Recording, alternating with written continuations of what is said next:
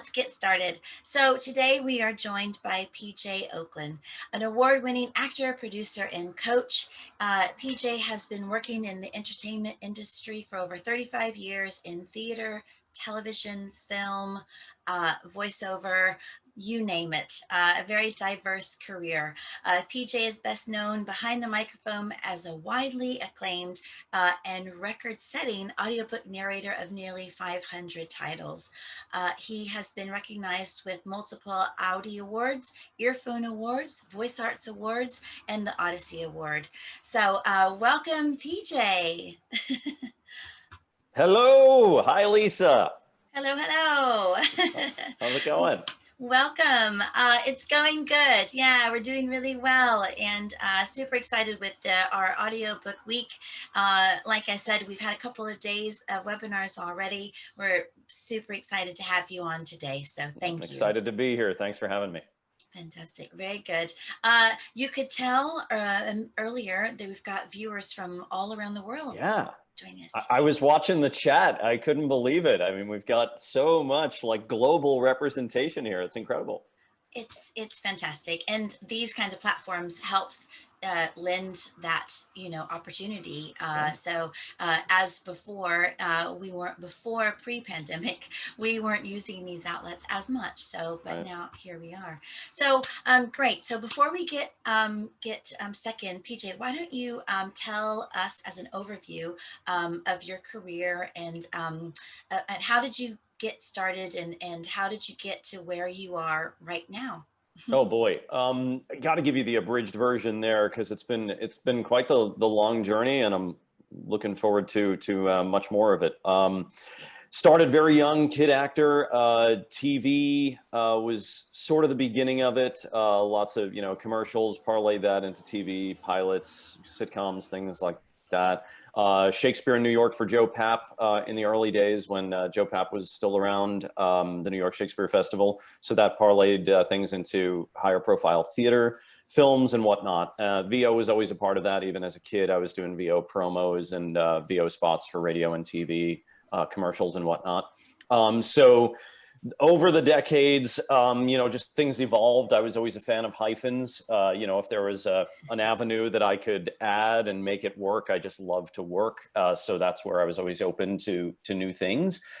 As far as audiobooks specifically, jumping to that now, that goes back, it's more than a decade now, but the way that worked out, I was doing a Shakespeare production and the producers from Dion Audio, Bob and Deborah Dion, who became very, very dear friends, were big on, especially back in the day, going to theatrical productions because there's a lot about audiobooks.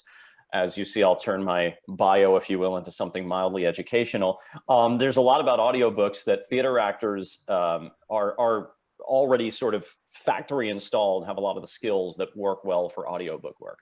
The ability to transition between characters, the ability to handle complicated text, perhaps, you're not getting as many takes, if you will, you make it work and power through things and so on.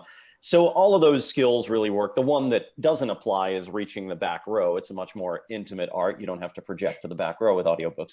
But nonetheless, they would find great actors in stage and bring them to audiobooks when people didn't even know what audiobooks were. They'd joke about harassing actors backstage afterward and saying, "You'd be wonderful for audiobooks. Can we get you in, to audition and get you on our roster?" And they'd be like, "What is with you creepy people? Get away from me. Like, what are you talking about?" So people didn't know. And now audiobooks are starting to reach critical mass, and we're finding with this double-digit growth. In fact, the APA, the Audio Publishers Association, just announced 9 years in a row of double-digit growth now. The industry's just been booming, so there's tons of opportunity. Suffice to say, in the first 2 or 3 minutes of this show, the conceit of this production, we were a vaudeville troupe doing Shakespeare, and my character, I spoke 7 different languages in like 1 minute in the beginning of the show. And they're like, "Wow, got to get this guy." That's how I met them, became close. And now fast forward, 500 books later. In terms of just putting a button on that, I want to say that I was asked a while back, what audiobooks mean to me. We were doing a workshop and the host asked that. And it was a weird curveball question that I wasn't prepared for. And in the spur of the moment, I said, well, I've been an actor for all these years, and I've had what you would probably call a lot of quote unquote big breaks, submitted for Academy Award nomination and Emmy nomination a number of times, and big films and all these acclaimed things. But after every one of those big breaks, I was back on the street, hoofing it, looking for the next gig. And every time you think it's going to be like, no, I can write my own ticket. No. It wasn't until audiobooks that I get to be a working actor under a union contract literally every day that I want to be. That is something that I can say personally, and I'm sure I speak for the many, countless actors out there. To be able to say that means more to me than anything. And that's what I think audiobooks represent in terms of opportunity and steady work, and just that ability to be a working actor under great contracts consistently, regularly. That's a big deal to me. So anyway, in a nutshell, there you go. Well, yeah, and I know that's in a nutshell because anyone's looked at your bio and where you've come from and your background, you've done quite a lot, and all of it, I guess we'd say. Appreciate that. Yeah, Thanks. absolutely. But that is a true triumph to be able to say, to be a working actor, and that's in this environment as well. In specific to audiobooks and in voiceover work, there's that old saying that it's a marathon, not a sprint. Right. Yeah. So is that, yeah, that rings true to you? 100%. Yeah. Pardon me. I can't remember which of us first coined that because it goes back a long Yeah. time. So someone deserves credit for coming up with it. It wasn't me, but we've all used it countless times. And it is absolutely the truth because, it's as you might have a very, very full week in other VO disciplines. You might be auditioning and cranking out dozens of auditions a week, and you're in the booth all the time. But when you're actually booked in sessions, those sessions aren't epic necessarily. If you're doing a commercial spot, for example, it could be a half-hour session, you're done, cranking out promos, people doing those fast turnaround and so on. That time in the booth is not necessarily as extensive. Audiobook work is epic in that regard. I mean, it is only you, it's your voice, recorded performance for, I think my longest one to date is like 38 hours long. And then there's, even a short book, even if it's a dual narration of say a romance or something, your portion of that book is probably 3 or 4 hours. And that would be considered a short book, right? The average you're looking at 8 to 10 to 12, is pretty standard. That's, remember, not just the time of recording, because it's not a 1-to-1 ratio. That's the total recorded finished product that's actually released, which is very different than almost any other acting discipline out there. Even in a film, you could have you could be the lead in a film if you've had that experience. And even then, your personal total screen time is probably under an hour. This is very different. Your personal time where you're the only one talking is frequently double-digit hours that can take a week or more to produce. Yeah, totally agree with that. I think going on in a little bit later, talking about prep work, what a usual work day looks like for a single book, let alone juggling books or prepping. Let's talk about that in a minute. But we're going through this pandemic, and it's been going on for a little while.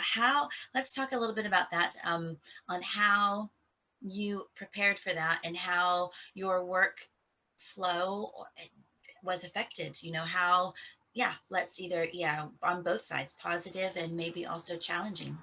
Yeah, I've got to say that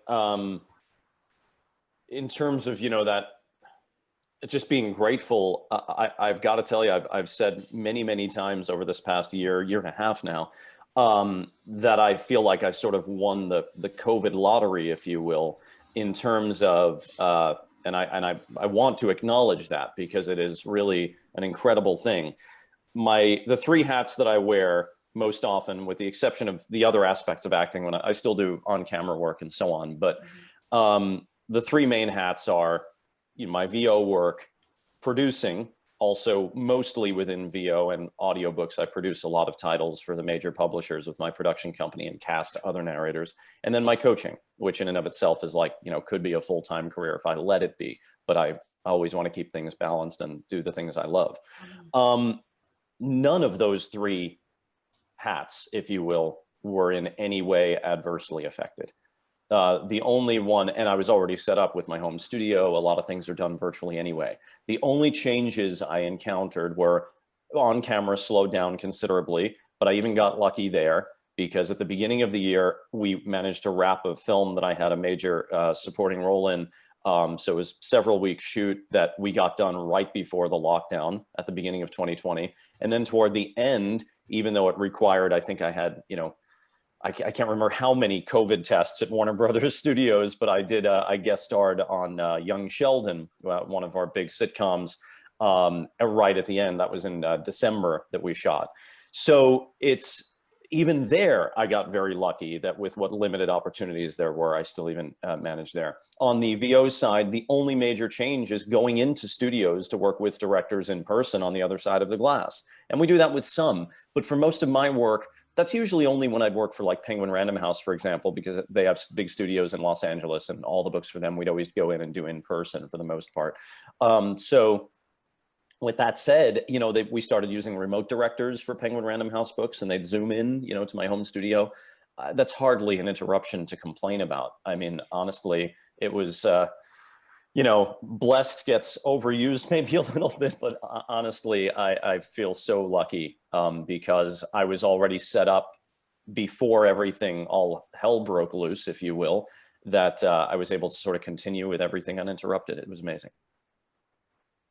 Very good. Yeah, yeah. Well, the voiceover didn't go anywhere. If anything, it definitely thrived with the opportunities and that were out there. Absolutely. Yeah. Yeah. How about we talk a little bit about so you're a seasoned pro, you're at that level now with over hundreds and hundreds of audiobooks. How do you stay engaged and on top of the trends and staying just staying engaged and excited about audiobooks? There's a lot of professional audiobook narrators who are watching too. We've got all levels watching. So Sure. yeah, maybe speaking to those folks and let's do that first. It's a great question. I love that question. It really is, because it speaks to a deeper level of just because you're doing something all the time doesn't mean you don't run the risk of phoning it in or things getting stale. Or I love that you brought that up. I have to say, I've always been fascinated with how performances, even within specific disciplines, will change. And I mention this a lot when I teach a masterclass series that we do, where I bring in casting director and producer guests. I co-founded the Dion Institute, in fact, with Deborah Dion, and it's through that we do this masterclass series. And one of the things I often talk about is my fascination with evolving performance. So if you look back, let's take film, for example. If you watch, some of the great classics from the 40s and 50s, we can watch them in context as classics. But if you imagine copying and pasting a performance from one of those classics into something being produced today, the performance would be laughed off of the screen. It doesn't hold up in that sense because of the evolution. And then we see certain figures who I think were pretty influential in terms of those moments of evolution, like a Marlon Brando is a good example of bringing a certain realism and grounded nature to performance, and that brought in a new era, and the various schools of acting and so on, whatever you might subscribe to. I talk about that in audiobooks as well. It's the same idea. A couple of decades ago, the trend was hiring professional readers. You're a really amazing out loud reader. You have a soothing voice. You have great pipes, blah, blah, blah. And that might have sufficed. Now you're dealing with very immersive, all-in performances where character distinction and really diving in, portraying characters as if you're acting out a film, if you will. At least that's more my style. There's still a spectrum, but that's what we kind of go for. That marks a bit of an evolution. Now then, if we're trying to be smart and thinking ahead, one has to accept then that 20 years from now, it's probably fair to say we might not recognize performances compared to today. So I'm always fascinated by that. How will they change? How will they evolve? So to answer your question, it's that. That is how I stay engaged. I want to know, and I always stay open to, who is that person? Who that I might have the privilege of teaching in a class. I never talk about, I don't get dogmatic in creative coaching. And I honestly, while I won't throw other coaches under the bus or anything, that's not my style. I mean, everybody brings to it what they bring to it. But I will say, I will never subscribe to the idea of this is how you do it when it's about something creative, because that flies in the face of what creativity is. In other words, you have to be open to the concept of who's going to be the person that makes it different. Who's, you have to stay open to that. So encouraging that, and whoever it is, I will celebrate them. It doesn't have to be me. It's not like, here's how you do it, and I pass along that information and the great wisdom from high upon the hill, which is why I'm always saying that I don't teach from high upon the mountain. I teach from the trenches. I do this every day. I struggle with this every day. And sometimes it clicks and it's amazing and there's flow, and I think, this is amazing. I love my work. Other days, I want to put my head through my vocal booth window, and that happens at every level of this, So that's my answer to your question. I'll leave it there. Yeah.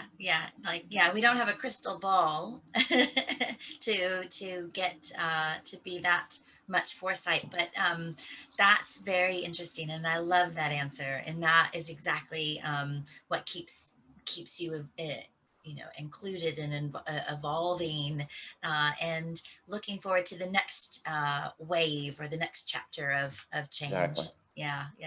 Wonderful. Very good. And helping to bring that about. That's the other thing too. It's incumbent on us, when you care about a craft, you help bring that about. You share what you know.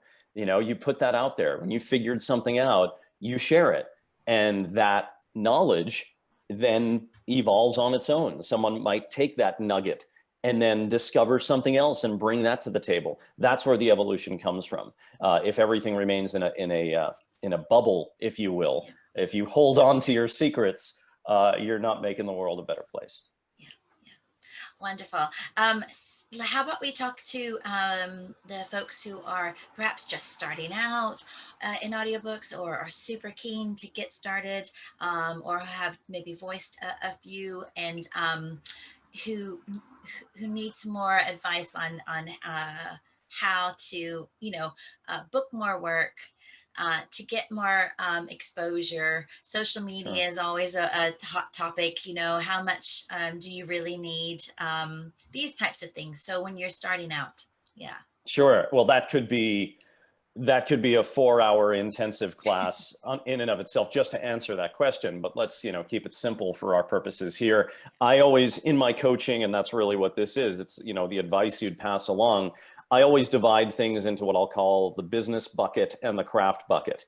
And even this applies to so many things that I'll often kind of create this dividing line, if you will. Another quick example is, I'm a dialect coach, I think and if I'm teaching a dialect, I'll talk about placement as well as sound changes, where sometimes actors, we learn a new accent and we get caught up on sound changes. And I'll give demonstrations and so on and say, well, even if you master the sound changes, they sort of represent 50% of the whole.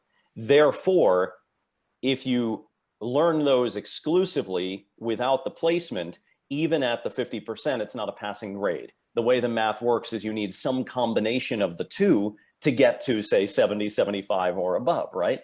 Same thing here with the business and the craft bucket. So to circle back to that, I say, let's imagine they're each worth 50%.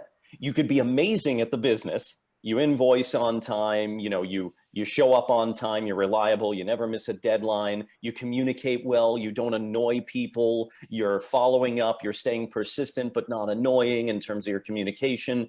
You've got good materials, you've got the home studio set up, you're a tech whiz, you can punch and roll, all the requirements, your DAW, all that stuff is dialed in. That's all business bucket, technical stuff, skills, and so on. Then there's the craft. Well, if you can't act your way out of a wet paper bag, you could be amazing at all those other things, but you're not going to get cast. The same goes the other way. You could be an amazing narrator, but if you're god awful to work with, and you've missed every deadline, you're not going to keep getting hired, right? So it's always the combination of the two. And I want everyone to keep that in mind, because you can develop all of that concurrently. So on the business side, it's about having the tools in place. Are you an eligible hire? And that basically means, do you have the home studio? Are you up to speed on what's required technically for the work? Do you have the marketing, if you will, in place? Like if you get a producer's attention, that could be me, that could be any of the publishers, other third-party production companies, someone who's in a position to hire you. Let's say you are lucky enough to get their attention, you've contacted them and they're going to check you out. They go to your website, what do they find? Do they get samples, and see your audiobook page and check out the quality of your samples in terms of performance and everything else? You have a home studio, you're up to speed on all that. So that like all fits in there. Now the craft side of things, concurrently, if you have an acting background, wonderful. If you don't, keep in mind that's essential. Even insofar as like nonfiction. You might say, well, I only do nonfiction. A lot of narrators only do nonfiction. It's still a performance insofar as you're not the author and you didn't spend 5 years of your life researching and writing a book about this topic because you're so passionate about it. And yet that level of passion, that level of engagement, making something interesting and compelling, that's a performance, because that's not you, but you've got to bring that to the table, right? So even in the world of nonfiction, there's still that quality that we want, to bring to the table, and, that dynamic engagement, connectivity to material. I still consider that a performance. So coaching, if you don't already come with that natural gift for performance and you just adapt to audiobooks right out of the gate on the craft side of things, coaching is essential there, I would say, to get up to speed on the performance quality of it, just like you would with animation or video games or any other VO discipline that's very acting centric, So anyway, without going on too long about it, it's developing those two sides concurrently and making sure you're an eligible hire and you reach a certain threshold of my performance is up to snuff and my tech and all those other things, the tools I need to have in place are up to snuff. And now people will, when I contact them, see that I'm ready to be hired. And then you build from there and you start to build your, get a few titles under your belt and parlay that into more work as you go along. Perfect. Yeah, that makes perfect sense. I love the two buckets. Yeah. It's so necessary, and in all aspects of being, your own independent voiceover business. That's got right. to juggle both. So, and that's, yeah. I'm glad you put it that way, because we say that a lot in audiobooks, especially because, allow me, Lisa, to throw in this one more point you just reminded me of. With audiobooks, this is another big difference with other VO disciplines. The vast majority of audiobook work, you're booking directly with producers. You're communicating directly with decision makers. Unlike many other VO disciplines where things are going through gatekeepers like managers and agents, agents are very, very rarely involved in audiobook work, with the exception perhaps of like celebrity casting and so on. We want Reese Witherspoon to read Go Set a Watchman. That's going to go through her rep, obviously. But your workaday full-timers, and even those who do it as one of the many hyphens within their audiobook work, let's say, within their VO work, you're communicating directly with decision makers, which really ups the necessity for your small business mentality to really be good and solid. You don't have the protection of someone's just going to send you auditions and you just submit your auditions and you get booked and there's a bowl of green M&Ms waiting for you in your trailer on set. Not quite the same here. Yeah, that's it. That's right. Exactly. Absolutely. There are loads of questions, but I think I might try to cover and get around the importance of excellent reels. How many audiobook different styles of reels do you need? What's the length of the reels typically? Sure. And you mentioned websites, having an easy to maneuver around website where you are only a few clicks away or one click to hearing your voice. What's the importance of all of that? All very, very important. Great questions. So let me take them one at a time. The number of samples is where you started. There's no magic number, but imagine something in the realm of 5.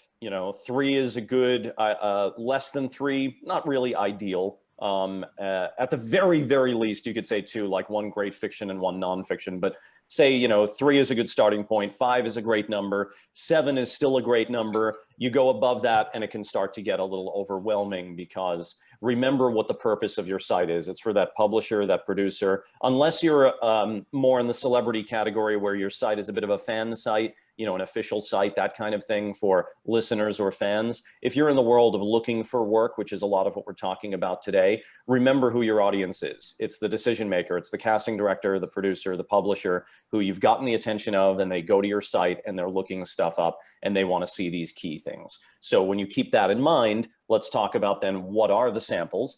You're looking for always labeling your samples with these 2 criteria in mind: genre and skills. It's really that simple. You're representing different genres you think you can excel in. It could be romance, thriller, cozy mystery, right? Horror, whatever the case may be, but like these are the things I specialize in, and you're representing that. So we get a sense of your brand, because if you don't figure it out, they're going to kind of figure it out or fill in the blanks for you, and that might not work out to your benefit. So keep very clear on what it is you're putting out there. These are the things I love to do, or again, beyond genre, skills. So then we get into the point of view, if you will. So in other words, first person or third person, simple as that. And then other skills like male, female dialogue. Yes, we play all the characters in the book. So that's MF dialogue is a common tag. Accents, you know, so it could be, let me give you an example of skills. Sci-fi, third person, MF dialogue. Fantasy, first person, multiple characters. Cozy mystery, first person, RP accent, right? So that's kind of how you're going to establish these samples and organize them and make sure that it's not all redundancy.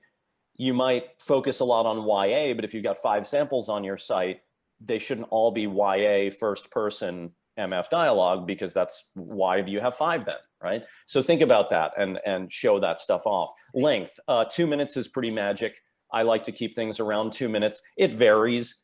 Considering that samples are stacked individually in the audiobook world, as opposed to one continuous edited demo like you would have with commercial or other VO disciplines, we stack them individually so they can be labeled individually and listened to individually. So keeping that in mind, the length, if they're on the long side, isn't a deal breaker, because anyone can stop listening when they want. The only downside, the negative there, is you're looking for sort of a cohesive beginning, middle, and end, your storytelling ability. So wrapping something up in a reasonable amount of time, 90 seconds on the low side, 3 minutes on the high side, I would say, as a general rule of thumb. Lastly, the website was the other part of your question. You're looking for the key things I love to see, at least what I encourage in my coaching. Your website can be multiple things. And if it is multiple VO disciplines, have an audiobook page. In other words, you know, whatever your website is, you know, lisavo.com maybe, but have lisavo.com/audiobooks if you're going to have a lot of things. And then that's the link you're going to send to the casting directors and the producers. This way, when they click on that link, what do they see? They see maybe a customized, shorter bio that's specifically relevant to audiobooks. In other words, Lisa is, you know, diverse VO talent, you know, performing for many years across many different VO disciplines. In audiobooks, Lisa specializes in this, that, and that, recording from her home studio and blah, blah, blah. Good, there we go. She's got a home studio, she has audiobook experience, and I know she's an actor in other things too, and I got that. That's a snapshot, a headshot, and then your samples. Those are the key things that are in one easy, idiot-proof place for anyone to go check out. Because, like you say, the one-click thing is important. If you make me, we do a webcast for the Audio Publishers Association. Suzanne Freeman and I co-host pretty much monthly for the APA. Just last night, we had our last episode, our most recent episode. Caitlin Gehring, who runs the casting department and is associate publisher for HarperCollins, Harper Audio, we talked about this very stuff, right? And she talked about, the reason I'm mentioning this, and we know this already, but she is inundated with emails, which is why I say, if you're lucky enough to get that person's attention, who's a decision maker in a position to hire you, and they do click, don't make it hard. Because any excuse somebody in that position has when you're that overwhelmed and busy and getting these types of solicitations all the time, any given morning you show up in the office and it's like, wow, there's another 50, right?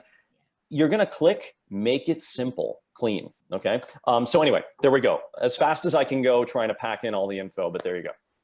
Yeah, I love that. And also how to contact you. Very important. Me personally? No, on your website. Sorry. The make sure Oh, it's the easy individual. Yeah, yeah, absolutely. yeah. Yeah, absolutely. Contact information essential. I'm glad you added that. Exactly right. Have your email there. A contact form is great, but in addition, have your email. Exactly. You need to be contactable. That's oftentimes they're looking for you specifically.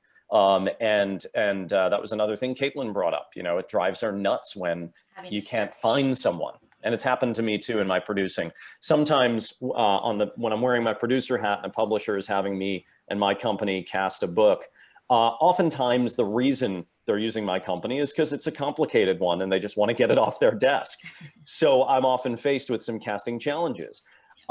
It's amazing, truly amazing how often you're looking for an experienced person who has a lot of work out there and they are invisible on the internet. No website, just nothing, no way of contacting. Even social media, no like significant presence, and you can get stuck and say, all right, we're moving on. And that person in many cases has lost a job simply because they didn't have a website or a way of being contacted. Yeah, absolutely, absolutely. Right. So let's get into some of these questions. Let's put the hats back on of narrator and of recording. So I believe it's Jack Rudy asks, do you outsource your editing productions? If not, can I ask why? I mean, outsourcing the editing side of things can happen maybe later on in your career, or how? Yeah, so you're wearing so many hats when All you are good. recording. All good. Yeah. And it's a good question. So let's make a little bit of clarity for those who don't have the experience of working in the different aspects of the industry. When you work with a publisher or a producer, you're never doing your own post, really. So, you're being hired as an actor, as a narrator. You may have to do, like, you've got to be up to speed, let's say, on punch and roll. So you're submitting punch edits to the post department. For anyone who doesn't know what that is, very simply, it's that you're correcting your mistakes as you go, as long as you're aware of them. There may still be misreads and other things that are going to turn into what we call pickups later on, but you're doing a punch edit. So you make a mistake, you set the playhead before the mistake happened, you hear a pre-roll in your cans, and you pick up where you left off. So in those circumstances, you're submitting your clean punch edits, if you will, to the publisher, uploading to an FTP. They do the editing and the mastering. They send you your pickups back. That's it. Post never really comes into it. Where post is a more significant issue, and this question is far more relevant, is in the indie world. If you're doing projects through ACX or contacting authors directly, you are being hired not only as the narrator, but as the producer. In fact, on ACX, you're literally called a producer, not a narrator, because once you click I accept on that offer that's sent to you, you are under contract to deliver retail ready audio back to the rights holder, the author, in most cases. Therefore, it's incumbent upon you in doing that retail ready audio to have it fully produced. If you're capable of doing that yourself, it might be a royalty share project. You don't want to be out of pocket. It's good to know those skills and maybe employ them. But remember that as a narrator, you're looking at a certain range of rates for the work you do. And if you're working full-time as a narrator, the more post you do yourself, which is at lower rates comparatively and very time-consuming, if you're narrating at a ratio of, say, 2 or 3 to 1, meaning 2 or 3 hours to record 1 finished hour of audio, post is usually estimated out at 4 to 1. So now you're committing to somewhere around 6 or 7 hours for every finished hour of audio, and those other 4 hours are at a much lower rate. So that's where you have to figure out your business for yourself and decide, does it make the most sense for me to farm out those other tasks? Okay? Yeah, perfect. And I'm glad you brought in the ratio of how to per finished hour and how you do that. And I think, yeah, so, and that's a whole nother what do they say? Bag of worms? Yeah, a can, Can bag, of sure. worms, whatever. Yeah, worms in a wet paper bag. Worms trying to act their way out of a wet paper bag That's it. after they left the can. That's So it. we'll just mix as many metaphors as we can here. I'm going to go back to so for our new to audiobooks. Let's see here. Kent asks, I'm very new and still in the information gathering research stage. When I do my first demo, can I read from any book I want, or should it be something that is considered public domain? Nope, you're perfectly fine to use anything. It's essentially for non-commercial purposes, and it's just accepted industry-wide. So as long as you're not reselling that material, you're using it for demonstration purposes, for sample, it's perfectly fine. I'm going to throw one other quick thing in there because this is a bit more subjective. It's my opinion for sure. It's not a hard and fast rule, but I promise you when I say that the vast majority of decision makers in this industry agree with me, don't slate a sample. There's a funny thing that happens, like, unlike on camera, when you put together a demo, hopefully you're pulling clips from things you've actually shot, and we can tell it's from the film, it's from the TV show, and so on. They're professionally produced. With audio, you have this wonderful benefit of the listener really doesn't know, did you do all those commercial spots that sound so wonderfully produced on your demo, or were they just created for the purpose of the demo? Let them not know. The whole idea is you're presenting yourself in the most professional way and saying, you know, this is what my work sounds like. These are the skills I have. This is what I bring to the table. When you slate an audiobook sample, you're basically saying right out of the gate, the very first thing you're saying is, I didn't narrate this book, but if I had, this is what it would sound like. Don't put that in the listener's head. Just get to the meat of the work. Make it about the work. The slate is completely irrelevant and unnecessary. So that's something I hear from newer folks in the industry a lot. I'll, check out samples that they've sent to me and do that. Same goes for auditions too. Most of the auditions are solicited in one way or another, or they're being submitted in a way we know it's from you. Labeling is good. Make your labeling clear, but you don't need to slate. That's come up a couple of times this week so far, and Mm, it's all universal. So there you that. go. There Cool. you Cool. go. Nice. That makes Best sense. practices. There you go. You talk about auditioning. It how about some like you've given us, that's a fantastic tip. Any more inside scoop when it comes to auditioning? Do's or don'ts? What makes, put your producer hat back on? What Mm. makes you perhaps not that engaging when you get a clip? Maybe they didn't follow the brief, or however that comes in. Yeah. Sure. My producer hat is always going to be looking at both sides of that spectrum, which is probably why I always talk about the buckets in my coaching, because I know that when I'm wearing the producer hat, those are things I pay attention to. So it's certainly valuable from a coaching standpoint, because you want to check those things off the list and make sure you're doing everything in a way that's going to give you the best shot at getting the job. So first, follow the instructions, please. That's on the business side of things. Let's just go get those off the list first. Follow the instructions. If there's a particular thing you've been requested to do it. An MP3, please, email an MP3 by Friday at noon Pacific. Please email an MP3 by Friday at noon Pacific. It's that simple, and even something as little as, here's a link to the WAV file on Dropbox.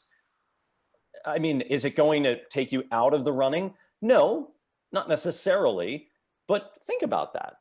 It already is a quick indication of, are you going to follow other instructions that come with the project, right? So do those things get noticed? Absolutely. So that's why, number one, follow those instructions. And then the craft bucket, it's performance is definitely going to trump business things in that kind of environment, because you're really looking for the best person for that you're casting. So casting is largely about quality of the performance, of course. So that's going to be the big thing. And how connected are you to the material? And are you checking off all those boxes where I think that, yeah, that's the right voice for this. And that applies to almost any VO discipline. Wonderful. Okay, great. So we've got Alan back with us now. Let me just slip in one more quick question. Sure. And I think it can go along with the reels earlier. And thanks, Alan, for Irving for this question. What's your view on a compilation audiobook reel, a 1.5 minute reel consisting of various genres? To 100% against, for a couple of reasons. Number one, industry standard and what's expected is you want a continuous piece because audiobook narration is long form. So the 90 seconds as a length is good, but not for a compilation, not for audiobooks, because your skill as a storyteller is essential. Your distinction between dialogue and narrative, your distinction between different characters within dialogue. These are important skills. Overall pacing. If I'm getting a quick 10 seconds of, flash, like, oh, hey, show off moments of great character voices or whatever, that's all well and good, but it is not the driving force behind a good audiobook performance. The other issue is even if the compilation was longer with 90-second clips, that's not what we're looking for either, because again, we get back to the labeling. Why is this sample here? And I want to be able to listen to them individually. What does she do with YA romance, male-female dialogue? Here's the meet cute scene from the YA romance. Perfect. Let me listen to that. 30 seconds, maybe I'll move on to the next clip, but I know why that sample is there. So the idea of a collage, if you will, of multiple clips in one reel, back in the days of sending someone a CD or a tape or whatever, yes, but that's obsolete now because everything's digital and I can listen to things individually. So big no-no for both of those reasons, okay? Perfect. And I think, it's nice to not talk about CDs and all of that anymore. Right? Digital, yay. Exactly. Right. So we were talking earlier, there's been a lot of questions in here about your coaching and your coaching style. How important is training and, of course, getting the right training, the right coaching? Yeah, another great question. It's a personal decision for everyone. I mean, the easiest answer is training is essential. And I'm sure a lot of us get behind that, but it is deeper than that. If you're doing a great job and you're already in an amazing place. Remember, I came up as a young actor. I saw fellow young actor friends get ruined by acting class. It's a very psychological experience. So again, not to be dogmatic, it's not you must get coaching, period. No, there's no hard and fast rule of anything. But yeah, it's incredibly important, especially if you don't know the business or the craft. And the less you know it, the more important that is. With that said, you have to go with someone who works with you. There's a lot of brain and craft manipulation going on. It's a creative environment. Work with someone who you connect with that you find is helping you, and you're having those breakthroughs and you're really leveling up. That's important. It doesn't have to be me.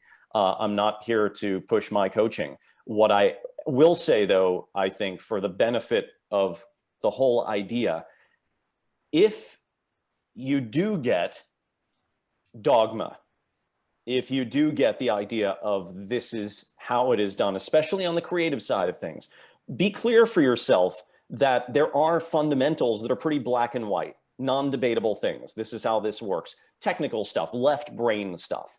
When you transition into the right brain, creativity has to be open and there has to be good communication, and you have to work with people who you click with and not go down roads where you feel like it's getting dogmatic or you're being told to do things that don't work for you. So again, just to give I think the deeper answer to the question, the easy one, as I say, absolutely everybody should get coaching, but watch out for yourself. It's really important. It's a personal thing that needs to be customized to you, how you learn, where your work is. Work with people who understand where you're at in that journey and can communicate accordingly. So there, we'll leave it there. Yeah, absolutely. And word of mouth is always a good one as well. Find out through the Absolutely. industry who's Absolutely. who you can trust.